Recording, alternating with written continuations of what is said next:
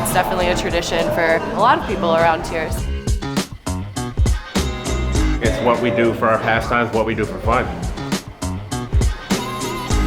Yeah, I'm moving soon, so this was a requirement. Yeah. I think it's a big part of the culture. How do you like that? I mean, it's a treat to be able to come out and have crab, so I'd like to do it every day if I could. There's something about like actually like doing the work. You gotta learn how to do it. And there's an art to it. Don't be intimidated. Just go for it. Oh, you wanna know how to crack a crab?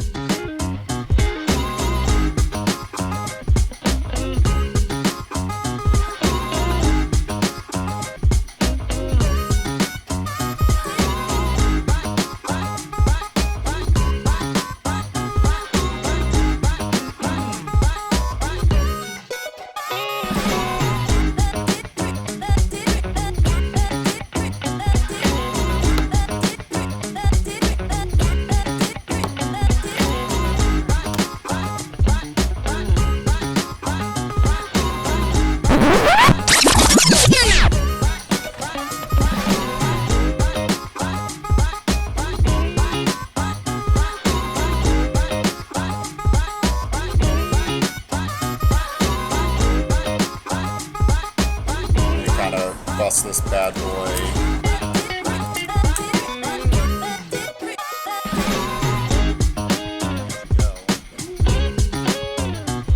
Just get the top of the shell with the whole bag. Everyone needs a crab initiator to bring them into the fold. Grandfather Bud taught me.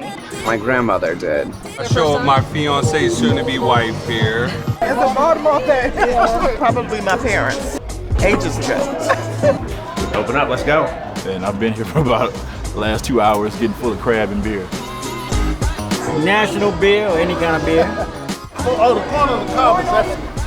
The fries. Hush puppies, hands down. Just this. This is all you need.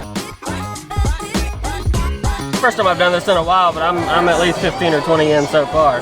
How many crabs can I eat? Yeah. Probably a dozen. How many? One. 20 something right now? Yeah. My goal is to be able to order another one just to get our money's worth for the all-you-can-eat. But for now, we're just digging in. That's a strange thing. People either love it or hate it. I personally don't. I think it's a little gross. I love it. It's kind of like what they call it the fat, the crab fat.